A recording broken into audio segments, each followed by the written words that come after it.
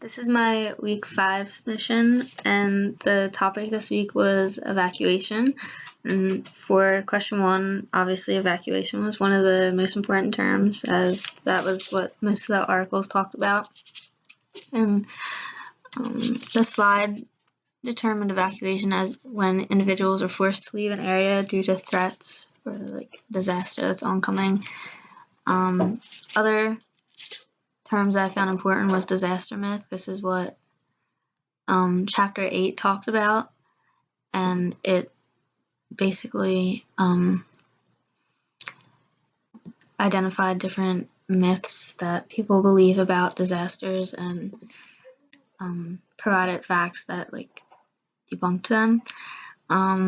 Community was an important term. There's different types. There was therapeutic and altruistic, and with that there was therapeutic community response, which was then related to convergence.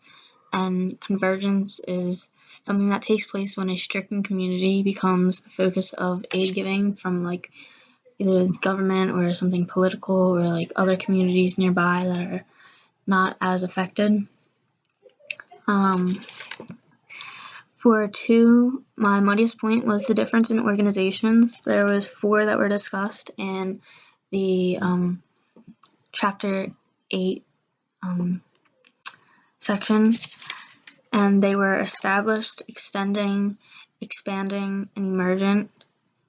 And it talked about their roles that they play with disasters, and I found that difficult to understand the difference between them. And with the emergent organization, there's also emergent multi-organization network, or EMONs, and I found that difficult to understand also. And for the last question, which is if you were leading an in-class discussion, what is one question you would start off with? Mine would be, what is one myth you believed about disasters that was proved to not be true in the chapter 8 excerpt? There was different types of myths that were discussed, with whether it was like first responders and the role they play and how they play it, and